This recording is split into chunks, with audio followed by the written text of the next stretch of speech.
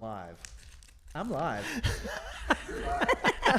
Hey, ladies and gentlemen, welcome to DVTV in Space. This is our second episode or segment or program. We're really excited to be here. We've got Brandy. Amara Sky is back with us this Thank you for week. having me again. Thank you for being here.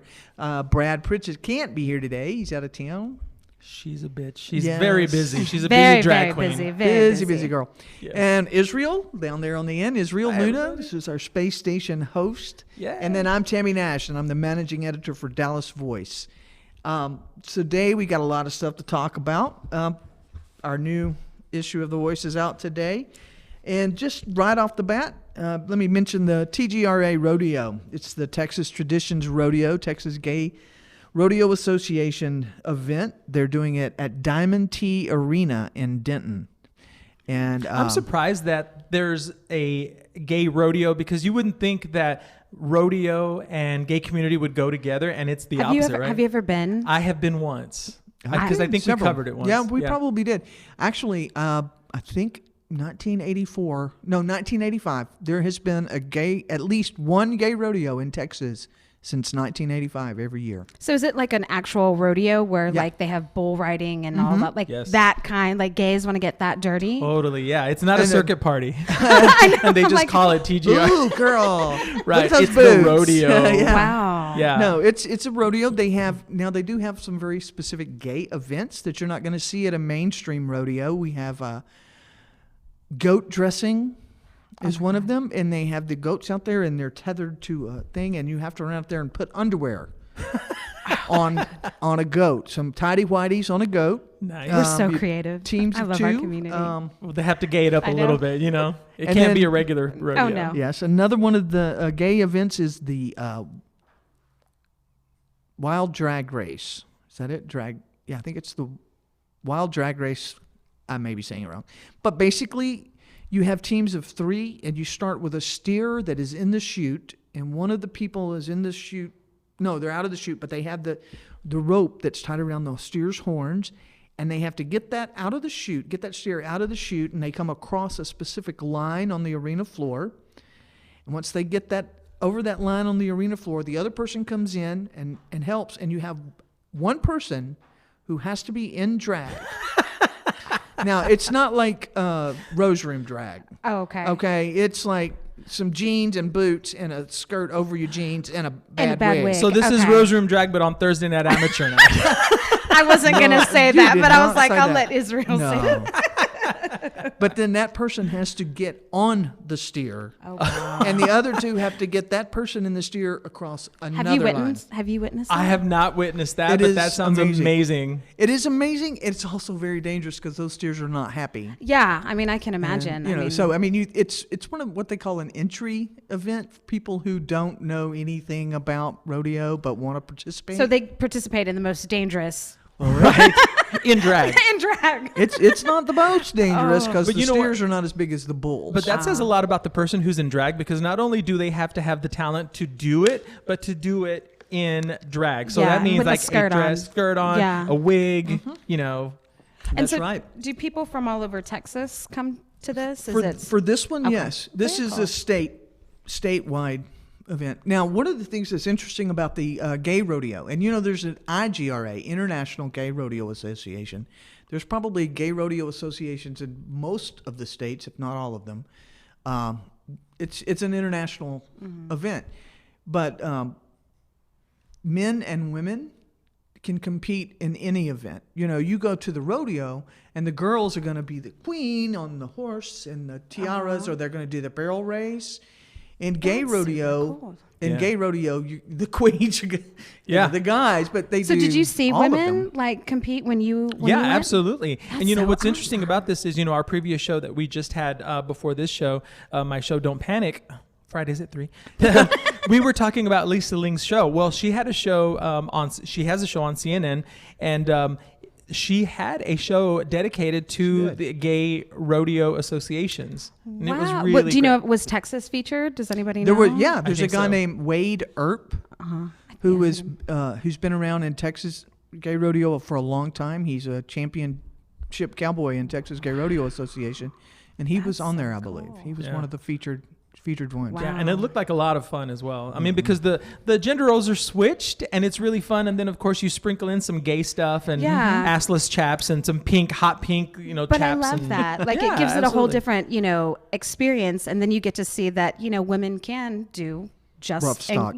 And I love that. I love that our community does that. And although this sounds really simple, but it is a big thing for the straight community to see, these gay men are out there and they're real farmers with horses and doing these hardcore things. Yeah. I completely agree. And there are a lot of rural gay people that participate, and they have their own horses and their own ranches and things like that.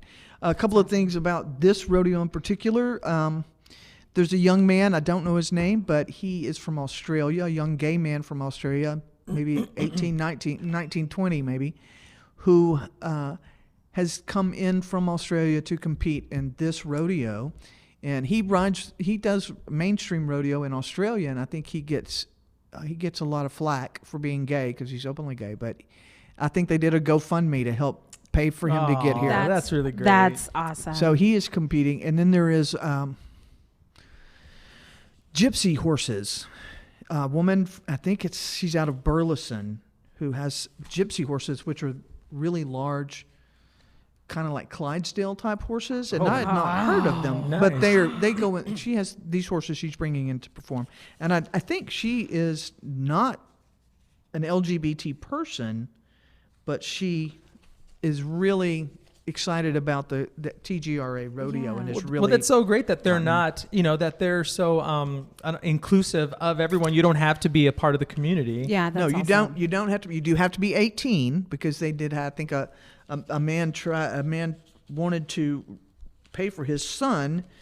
He said, "My son found this and he wants to ride in your rodeo." Okay, well that's fine, but he was only 15, so he couldn't. But it gives him something to look forward to when exactly. he's getting older. Yeah, he's got 3 years, driver's license and rodeo. Right. But, I'm so glad that something like this exists because there are these, small town people that are gay and they really don't get exposure to stuff. So if you have a lesbian from a small town of 2,000 people and she's into horses and she's into doing rodeo and stuff like that, it's good to know that this exists because now this gets them out of their small town and doing stuff that they love, and it's also gay. And they can see themselves, and I think that's always a big thing for our community is you want to see yourself represented in some way, shape, or form in the community. And so like you have these rural gays, and so like the lesbians like, oh, finally, this is where I fit. Like we all want to be a part of a community. I mean, that's extremely important. So that's not my thing, but I'm glad it exists. Yeah, absolutely. everybody, and I think everybody should go at least once or twice to see the rodeo. I'm kind of convinced.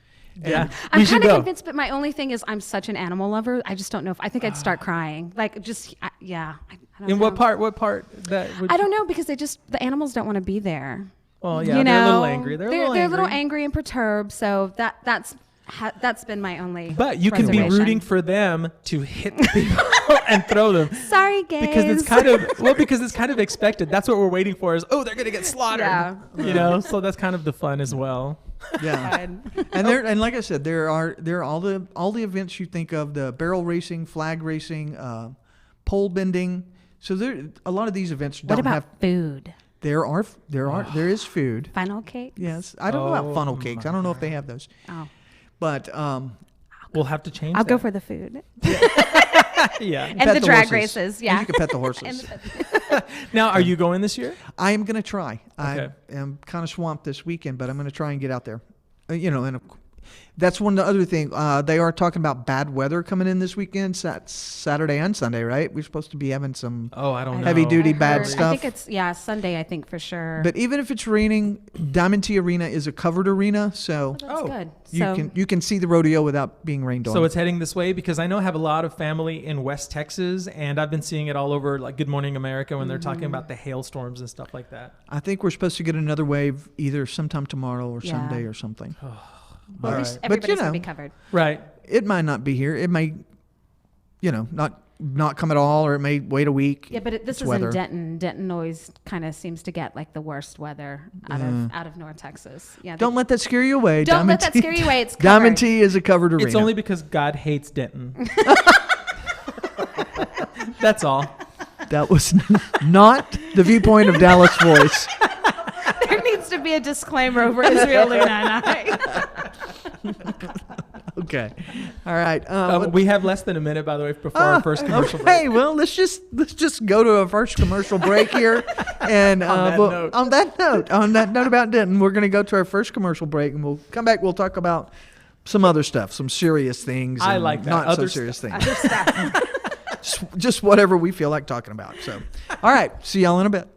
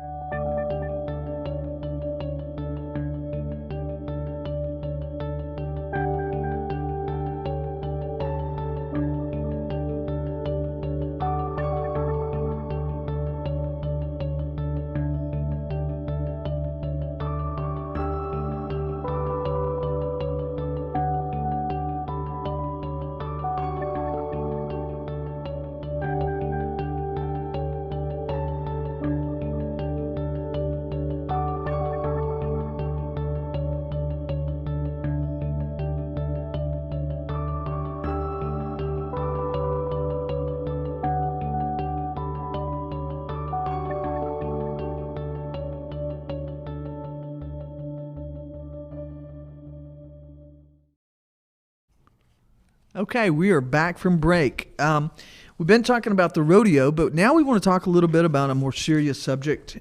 Today is National Transgender Day of Visibility. And so we want to talk a little bit about why that's important.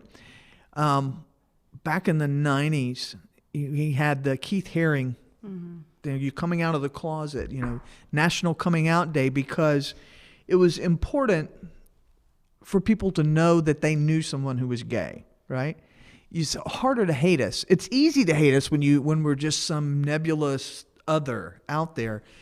But when you know somebody in your family or in your job or in your church, wherever you know that person's an LGB person, it makes it harder to hate them. And that's why National Transgender Day of Visibility is important, because right now, the transgender segment of our community is really coming under fire. Bathroom bills, violence, and so we really want people to know this is a transgender person. Transgender person probably isn't what you think of. When you know a transgender person, you're going to stop and you're going to think, that's not at all what I expected. So, some statistics here. This is from the National Coalition of Anti-Violence Projects. Did a study in a national report in 2013 on hate violence against LGBT people.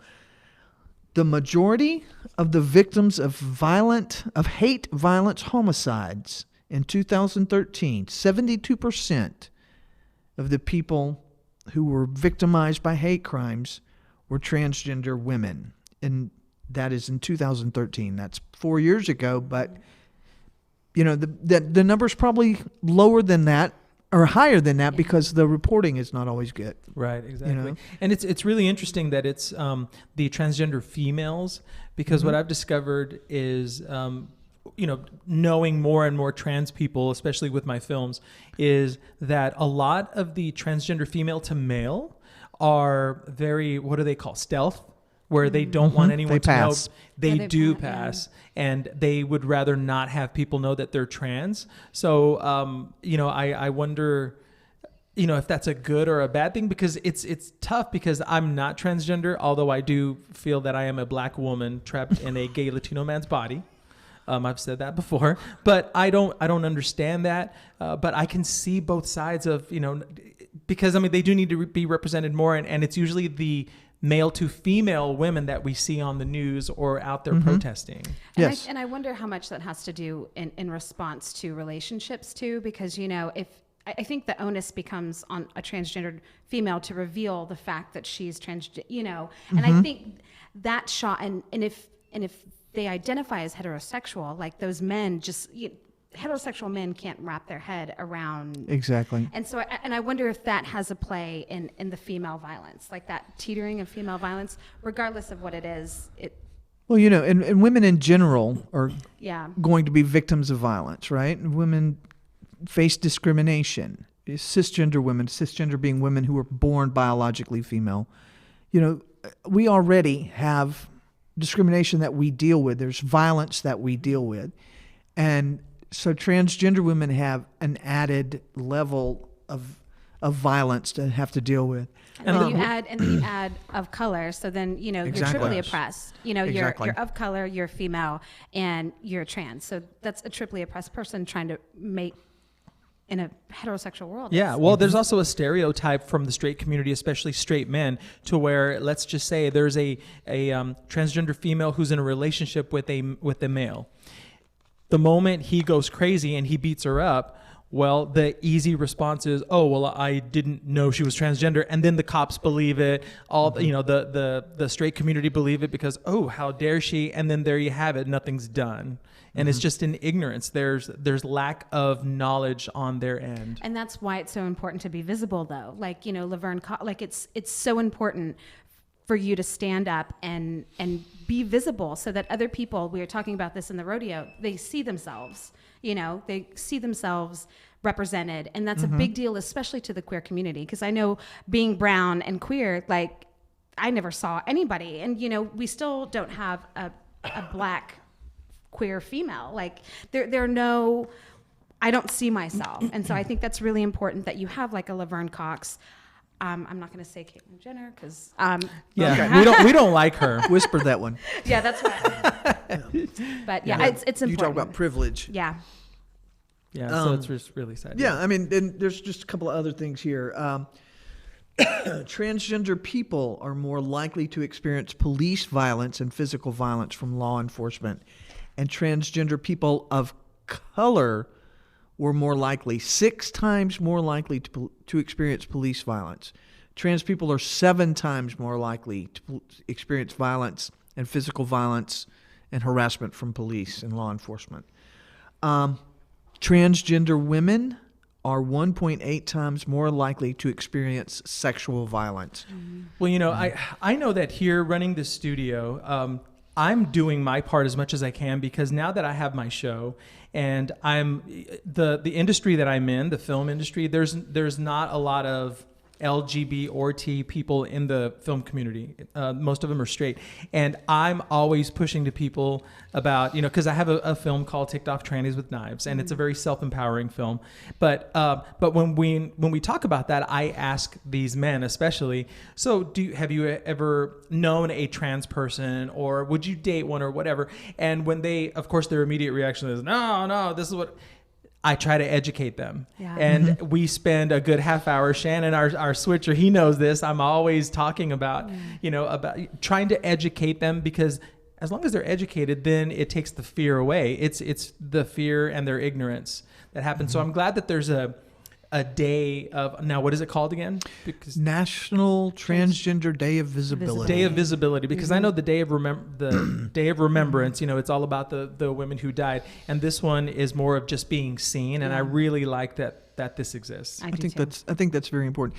And we're talking about relationships, and we're going to segue. This is a smooth segue here. We're going to segue into talking about, or letting Brandy talk first of all about the column that she wrote in this week's Voice. It's, I think, something that a lot of us are having to deal with. I mean, a lot of us have been out and born that way. We have our families, and our families come from different religious backgrounds, and it's a kind of, I love you, let's just not talk about this, and a lot of it. And so I think it I'm loving moves this from build there. up. What is this about? I'm going to let her tell you about her column. I think it's really good, and y'all need to pick up the Voice and read it. I think this is the first time my hands are sweating. Like, I get nervous talking about this only because it's so personal. So the column that I wrote about in the Dallas Voice is, my partner and I recently got married last year. And so, yay! And so we're both very traditional. I had dreams of my father walking me down the aisle, and I wanted that to happen. So she wanted to talk to my parents and we wanted to get their blessing. So we sat them down and we had the conversation, and my mother was born again in like 2003. My father wasn't. And so to preface this, I'm such a daddy's girl. Like, I'm going to try not to cry. I'm such a daddy's girl. So I had visions of him. So I'm a daddy's girl, and I wanted him to give me away. And it had nothing to do, and I talk about this in the column, it has nothing to do with like these it had more to do with just me loving my father and wanting my father to give me away in a sense that this is your new life. So he has a PhD, he's he's a psychotherapist. He's the one that taught me my feminism. He's the one that taught me that, gays, we are born this way. This is not something that you choose to be. So he was born again. I don't know the exact year, but so when we sat down, I don't know what I was thinking. I was maybe just hoping against hope that they would give their blessing. And I didn't expect them to go. Like, I kind of already knew that they weren't going to be at the wedding, and totally fine with that. But I at least expected a blessing. Like, so what happened? The words out of my dad's mouth were, "We love her and we love you separately, but we don't love y'all together." And then I just kind of blanked out. And then it was about faith and religion. And they're not bad. They are so supportive. And I think that's why it hurts even more, is because I have never not been supported by my family. Like every art thing that I want to do, even my career now as a writer, everything I've ever wanted to do, they've been fully supportive. And so this was hard because it was the first time that they basically just told me no. And I'm an only child. And so that's what the column is about in a nutshell, is that.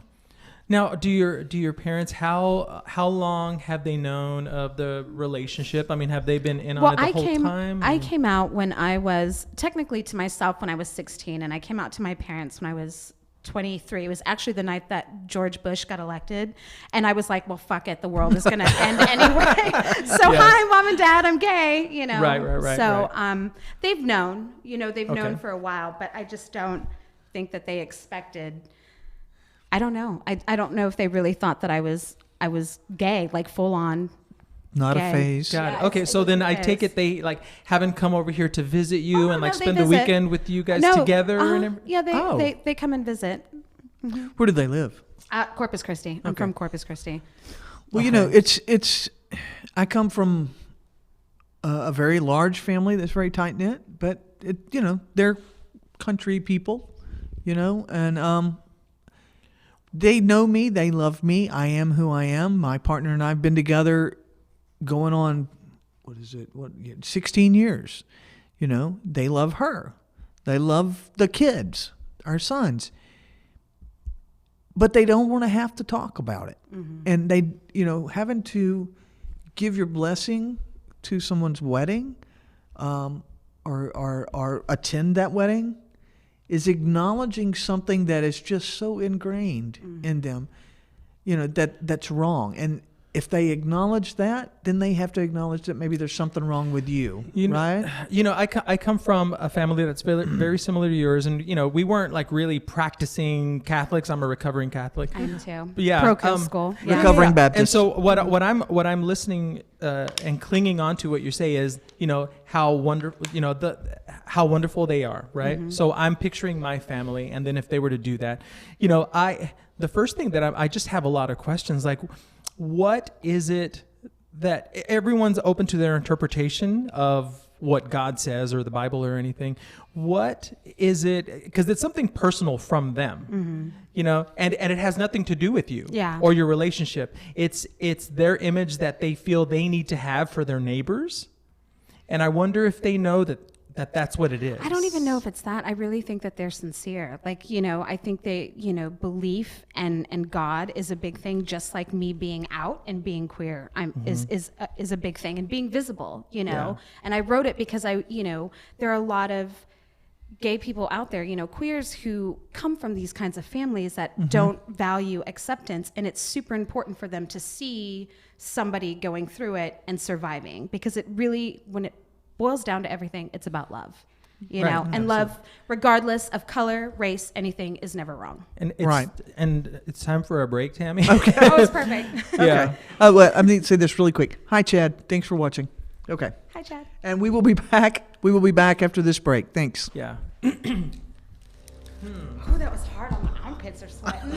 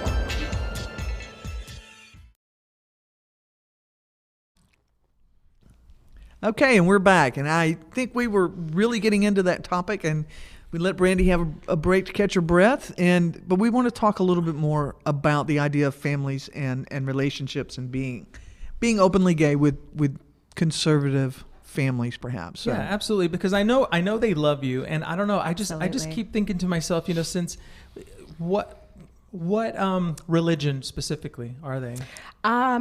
I never really asked, but I think they might be evangelists. Okay. Yeah. All right. See, I'm not a super religious person, so I don't know what. Like Billy Graham. Joel Osteen. Those are okay. different denominations. They're all evangelical, conservative type. That's Got it. Evangelical is not really a denomination. like, I It's know just that they love Joel Osteen, so whatever he is, Whatever he is, okay. that's what. obnoxious. So I'm going to say that's not your folks. Oh, that too. We're not going to say that your folks Look are at that. Tammy being funny. Now, is there fear that you're going to go to hell? Is that what it is? Well, no, for me personally, when I first came out, yeah, because like I said, I went to Catholic school until I was in 6th grade. So I think, any kind of recovering Catholic has that when they're first coming out, like in the back of their head. But no, not now. I think their concern for me is, I don't know if they believe in hell. Like, I don't know exactly what the afterlife is, but I think, I've always heard my mom say, hate the sin, not the sinner. And so I think what they're concerned with is, I guess, what happens after this life, or that, living this life in the afterlife is going to have this happen to me. So Having grown up in in more of an environment than I'm more familiar with that than you. You didn't grow up in that way, and I think people, for so many people, your religion is your comfort. And that's why religion has so much control over us, is because whoever is in charge of your religion is the person that holds the key to heaven for you. For Catholics, it's that priest. And you got to get that priest's that blessing before you die, before you can, not go to hell. Or I'm not Catholic. So when you say they were born again, does that mean that now they have no sin whatsoever, and now you're the sinner and they don't have any, or what does that mean? I don't even. They were born. They were renewed back into the faith. Born is again. What? Born again is just. It's a phrase that describes being saved. Yeah. A conversion, a religious conversion. Got it. Because and I'm not wanting to turn this into a religious show. I'm just wondering, these are my questions that I have to just kind of get in their mentality of why, because what does this mean now? Well, I think it's this is what the Bible says, or not even the Bible, but this is what God says. Yeah. Homosexuality, or I don't even know. It's more about marriage. Like, marriage is between a man and a woman. And it's more about protecting that, I think, than it is about anything else. Because I'm sorry. No, go ahead. I think that for a lot of people in my family, I left the church. I grew up in a Baptist church, but I left that when I was in my early teens. But it's, like I said, it's such an integral part of their lives. It's such an integral part of where their comfort and their security comes from. And when you come out, but you don't talk about it, when they know that you're gay, but they don't have to talk about it with you, they love you. No matter what, they love you. Okay? Yeah, like, I've never felt unloved. Like, I know they love me. But they don't have to talk about it, so they don't have to. When they have to confront it, when they have to talk about it, when they have to consider the fact that you were getting married and I'm asking you to give me your blessings, what that's doing is that's putting their love for their family member, their child, in direct conflict, and they don't want to have face that conflict. It was hard. Like, and I could, and that, I guess, maybe if there was a glimmer of hope or saving grace in that moment, was that I could tell that it was hard. I could tell my mom cried. Like, I could tell that it was hard for all of us, and that was like the first time that it was so vocal. And my father's a minister, so he just got ordained as a minister, like, a year prior. So there's a weight on their shoulders right now. Like, you're absolutely right. There's a direct conflict facing them between faith and their kid. And I've thought about this a whole lot. My ex-partner before my wife, Candace, was trans. So I wonder, had I decided to marry him, if they would have given their blessing, because That's interesting. He was, transition. You should ask them. It was I'm male. You should ask them just to know what they would say. Maybe not. But so I'm curious. So that's also going in the back of my mind. Like, how would that dynamic, if any, would that have changed? Because technically, man and woman. No, I don't know if it's just because I'm a gay man, but I think to myself, thinking of being in their psyche and their mentality is so confusing, and it's so simple to view, like, where you're coming from. Hey, we love each other, and theirs is like, whoa, but God says this, but what about if this person's trans? Oh, well, it's like, yeah. I try not to think about it. It is what it is now. Yeah. Like, I've healed, and I think this kind of helped, and we still love it. Like, they call me every day. I text them. They're supportive. It's just getting over that hurdle was the hardest thing. Right. So. Wow. Well, all right, let's move on because, y'all are going to make us stop talking here before long. Yeah. Want to talk a little bit about, let's start with the new PrEP clinic that's coming out. Resource Center has announced that they are launching a PrEP clinic. And PrEP, for those who might not know, is short for pre-exposure prophylaxis. That it's basically a pill, Truvada, that you take every day, and it helps decrease your risk of contracting HIV. It's something for people who are a little more risky. Yeah, high risk. Well, right. High risk. Thank you. That's high the risk. better And I feel term. that this is a really important subject because today I have my cousin who is here. He's from a small town, he and his boyfriend. Now, a lot of people don't know about PrEP. Yeah. And so I tell them, I have a good friend of mine that lives here. He's 21 now, and he didn't know anything about it. And I have a friend of mine who had posted on Facebook something about, hey, I'm considering getting on PrEP. Does anyone know of a clinic? And two comments down, a friend of his says, oh, is this because you want to have bareback sex? And I was like, oh my gosh. Such a misconception. Exactly. Now, the way I would have answered it is yes, because it's natural. This is how sex is meant to be had, is natural. We have become so, I don't know, like brainwashed into thinking that condom sex is the way you have sex. It's not. It's because there was a fear of catching HIV. Now, there's this pill that comes out. If you take it daily, it reduces your risk. Or, I mean, the studies pretty much show that 90%, isn't yeah, it? It's I've got huge percentage Here. that you won't catch it. However, Yes. here's the other thing. Natural or not, it's dangerous sometimes, Right. and you can take Truvada, you can use the PrEP protocol, and they still encourage you to use a condom. They still encourage you to, if you're going to have needles, share needles, clean them. You know, they're not saying, run wild, be free. They're not telling you that, because that increase your risk. You don't want to have HIV. A lot of young people these days think of HIV as, oh, it's just something I take a pill and I'll be okay. It's not, y'all. This is a deadly disease. And You sounded very Texan there. It's not, y'all. I am very Texan. But when you, this is from the CDC, it's not a vaccine, and it doesn't work the way a vaccine does.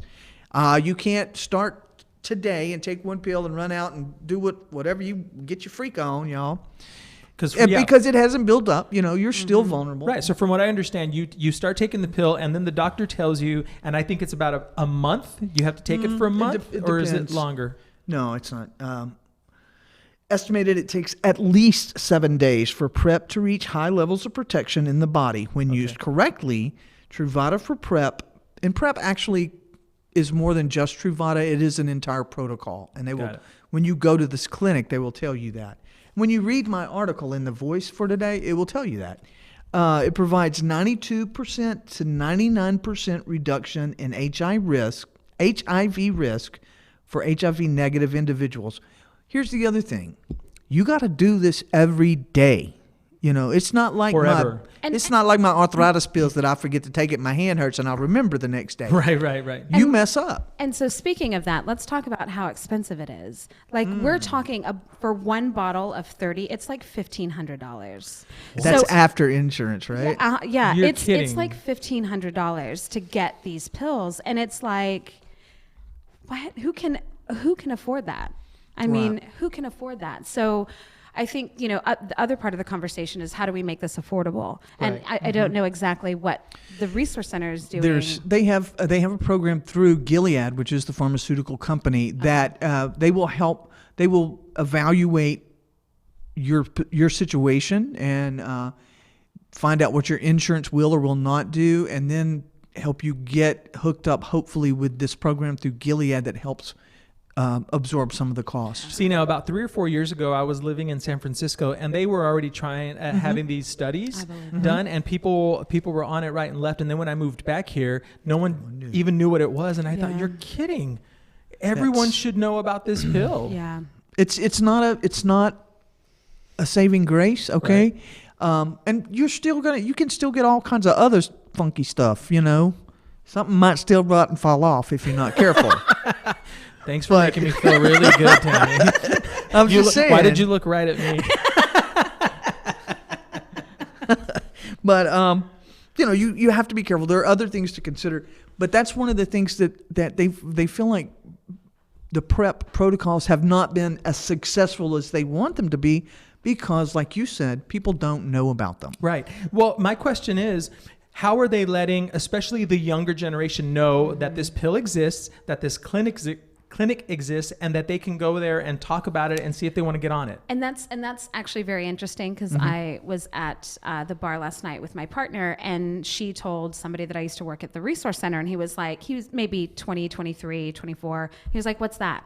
So there's obviously already a disconnect. And so part of that maybe is education. I don't know if they need more outreaches. When I worked at the resource center, they did outreaches all the time. So I don't know if maybe there's more of that needed, like in There's the places always more of that needed. that younger people hang out, like in the bars and the clubs. Like I think that's super impactful, you know.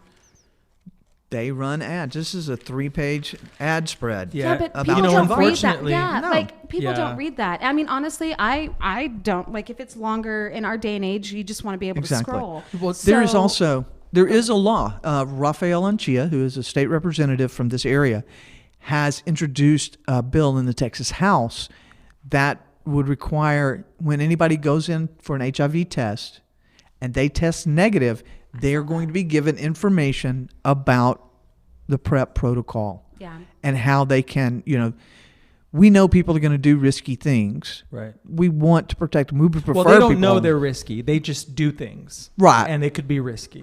We know they're risky. Right, exactly. But there is a law in California that requires somebody testing negative be given information about PrEP, and they're trying to pass something very similar here. So it's in the legislature. That's really now. great. And for you younger people, younger generation, please get yourself a gay doctor, whether it's a lesbian or a gay man, because they will understand where you're coming from, and it will be more comfortable for you to talk to them about certain things that you do in the bedroom that are not even going to faze them that they would a straight doctor. I agree. Yeah. Or, get a straight doctor that knows what's going on. That's how much I have left for this segment. for this segment. How much do I have left after this segment? Another The whole segment? Oh, yay. Yeah. We're an embarrassment of riches here. So we're gonna go to a break again. It just time passes when you're having fun. But we're gonna go to another break, and when we come back, we have another great topic to talk about, and that's Dallas Pride. Yeah. Okay? We're proud. All right, let's We're go to break, here. and we'll come back.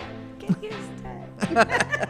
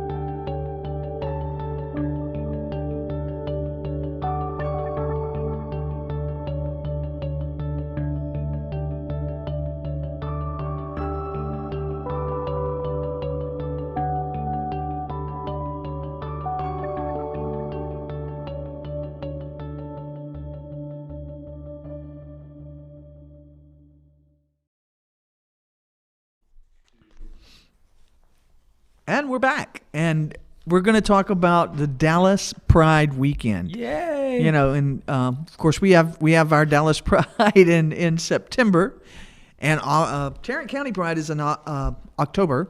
So Yeah, so that already brings me to my first question. All right. Is all of my friends all over the entire nation say, why do you have it after every other Pride is done and over with and it's almost fall, or if not fall, instead of summer? What do you know? because this is Texas and it is hot in June in the daytime. But there is an actual reason for it. You want to tell? No, go ahead. Okay. I'm Oh, so there is a reason? There is a Okay, I've reason. been All dying right. to know.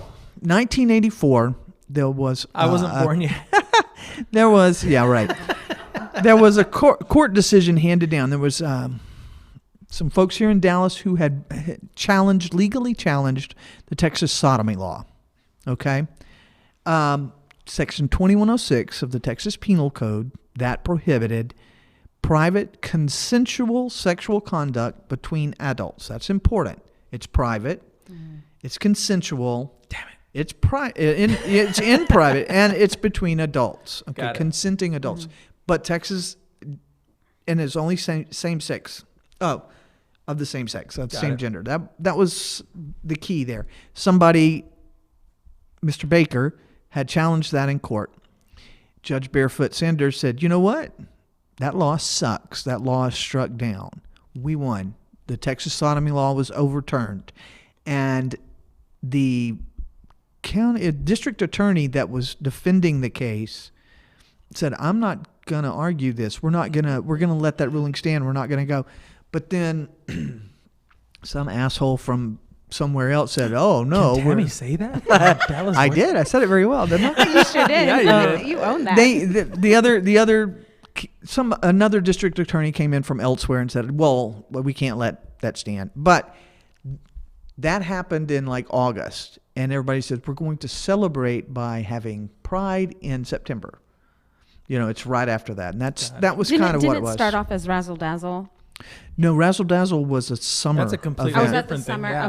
Okay. Razzle, the first Dallas parades were in the summer, in June, during Pride Month. So now I understand that, that passed and, everyone wanted to celebrate. And because of the timing of it, it pushed it to September. Right. But that doesn't mean that the next year now you get back on track and do it, in the summer. I don't know. Well, the question came out after, gay marriage became legal. They were like, okay, can we finally have, Dallas, can we have our Pride, in the month that it's supposed to be? And obviously it didn't happen that year. It happened in September. And then now they're going to change it to 2 days. Yeah. Dallas Pride has always been one of the things about, and seriously, one of the reasons about leaving it in September is because it is hot. Houston has their Pride Parade in June, but they have it at night, so it's not as hot. Ooh, why don't we Okay. do that? That's a great idea. That's a good idea. There are other considerations. We have it. Austin does not have their Pride anymore in June. I think theirs is in July. Oh, it is. We have ours in September. Tarrant County has theirs in October. We're spreading the prides out, so we keep it going. And you can go to all the different ones. Yeah, that is. You know, we that's get a part of lot it. more. Yeah. Yeah. Okay. You get a lot more people here because Yeah. it's different. And, Got it. And plus, there's Dallas Southern Pride, which is our Black Pride. But this year, it's always been, we go have the parade on Sunday afternoon. The parade ends at the park, and it used to be at Lee Park. Now, past couple of years, it's been River Shawn. Yeah, so now that's my next question is, I'm used to having, the parade and it flows right into Lee Park and then you walk over there following the last float and then you go to Lee Park and now it's at Revachon Park. Why? Because that's a further park. Do you want the PC answer? Or do you want my No, answer? I want the real answer. I think it's just because, I think they just didn't want the gays in Lee Park anymore. I think Now, it when really, you say they, who's they? the city of Dallas. Lee Park Conservancy, I think, but I don't Okay. know that's Turtle Creek Associate. There was an association. Because there's operated always that. been this argument, and this is what is too gay? Like, do we have men on floats, in their underwear? Like, that's not representational. So I think, they were trying to shift that park to be something else. But if it wasn't for the gays, that park wouldn't be as popular as what it is today. Sorry, guys. Sorry, conservatives, but it's a gay true. park. Well, and the I'm neighborhood sorry. wouldn't be as flamboyant and as bolsterous as it is right now if it went for the gays. It's the same thing. I mean, Lee Park is right down the street from Oak Lawn and Cedar there. Springs. I mean, you can't do anything about it. Yeah. I mean, that's where it is. Embrace the money that we bring to it. Yeah. But Yeah. that's my, I don't know. Is there actually a reason? Yes, and honestly, I cannot remember what it was, but there were. It had to do with being able to fence in the park, and having to fence in the park became necessary because of city requirements, and being able to serve liquor. And Oh, gotcha. they During didn't the just event. they didn't just fence in the park so they could charge you to go in. See, that's what I thought. That's what I originally thought. Right. They charge you a very small fee, basically, to go in the park. I don't go because I'm old and that's too much. But Have you been? Yes, I have been, and that's another question that I have is the last 2 years that I've gone, okay, that's fine. You know, they fence it in and then you go in. No one takes cards. You have to have cash. So if you're walking over there and you don't want to carry cash with you because this is Dallas, everyone carries cards, you have to go to some ATM hoping that they haven't run out of money, and then you pay. And then when you go inside all of the booths, no one takes cards. You have to have cash. So they need to change that. Take cards, people. Have you heard of Square?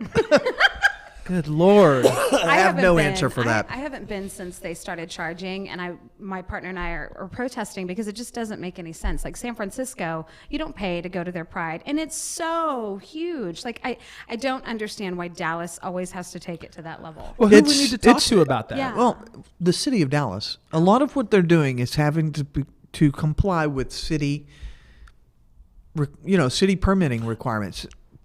Well, that phrase right there, city permit requirements, from opening up this studio, I'm going to tell you right now, you have to let these people have it because they think they're God. So when they walk in, they think they're in charge. They think that you work for them and that they can come in at any time in the day, and you have to shut them down quick and say, no, you've messed with the wrong faggot. I love it when your brown shows. You really do. So I can understand. You need somebody that has dealt with them before, who's not afraid of them, to walk in and say, okay, now why are you doing this? Well, that's ridiculous. No, Well, we're not going to if do you that. stop and think about it, they're doing it for all of the outdoor events. I mean, everything. And these days, security is a huge Is huge Eastern issue. The park fenced in? No, I don't believe so. But I don't think they serve liquor there, do they? I thought. Oh, you can't. Can you still bring your coolers? to I don't know if Eastern you can Park? still. Now I do But understand. they don't serve liquor there. Yeah, I do understand that there is a completely Gotcha. different ball of yarn if you have alcohol. okay. Exactly. So That's I part can of it. understand that. And we can't have a gay party without a beer booth. Right. Did they not serve alcohol before they fenced it in? Because we were all drinking at the park. Yeah, I think you might be able to take your stuff in Yeah, there to your drink, but they own. didn't. Okay. You know, Okay. Yeah, your Okay. own. it's selling the booze. But there's a lot. Y'all think about the situation with security these days. Right. How much?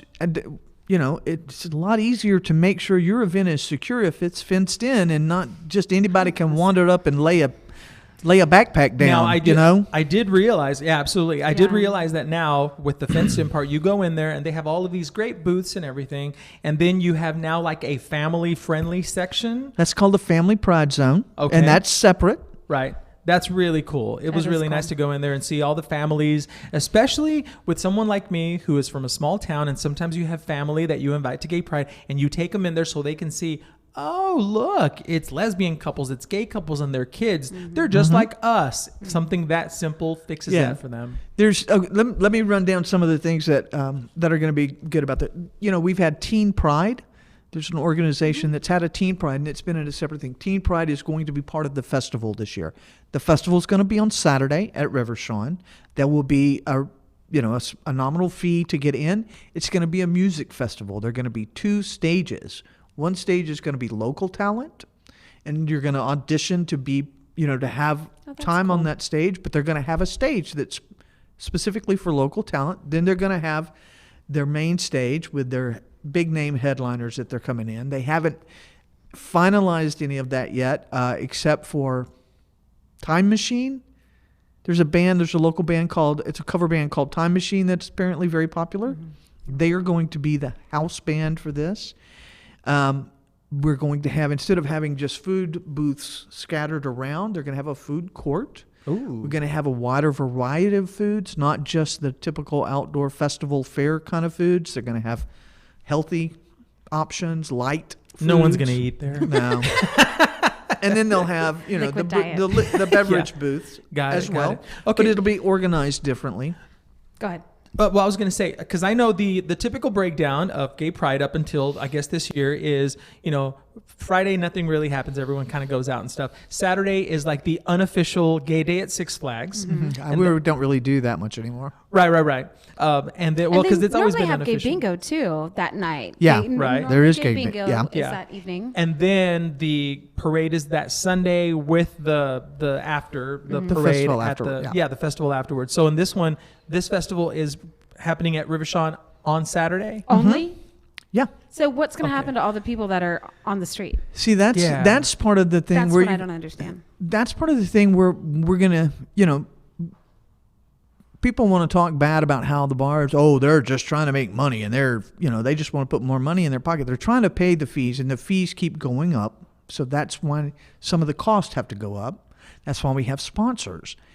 But you have these bars that are all along the strip and all over the place, and people were leaving the strip to go to this festival in the park. Now we're going to have the parade is going to come down. It's going to end between Oak Lawn and the turn there at Turtle Creek. And the people, instead of wandering off to the park, are going to be able to go back and be in part of the bar scene there. Yeah, but like the bars were never not crowded to begin with. I know. Like, Yeah. you know what I mean? Like, so basically you're going to try to shovel more people into the bars when there was no room in the bars to begin with. Yeah. Like, you know what I mean? Like, they're always so crowded. JRs, you can't even move. So What would be Yeah. your like another option? Because I'm all ears because I agree with you. I don't know. Like, There's also another factor to this that that I've talked about with Michael Doman, who's the executive director of the Tavern Guild. You know, this costs a lot of money to do this, and the city requires that they provide a specific number of security personnel, and these need to be Dallas police officers who are off duty, and they have to be paid a certain amount. Okay, so that's a lot of money. And okay, I see. Sorry, But a little bit. you know, so you have all these people that they have to pay here to do this, but now you can have part of them. You can have some of them at the festival. Before it'd be this many at the festival and this many at the parade. yeah, but are okay, you going to have to pay them double because you had this many at the festival and this many at the parade. This time you're going to have this many here and then here, so you have adequate protection, but they don't have to be everywhere. So it makes it a little more secure. I keep forgetting.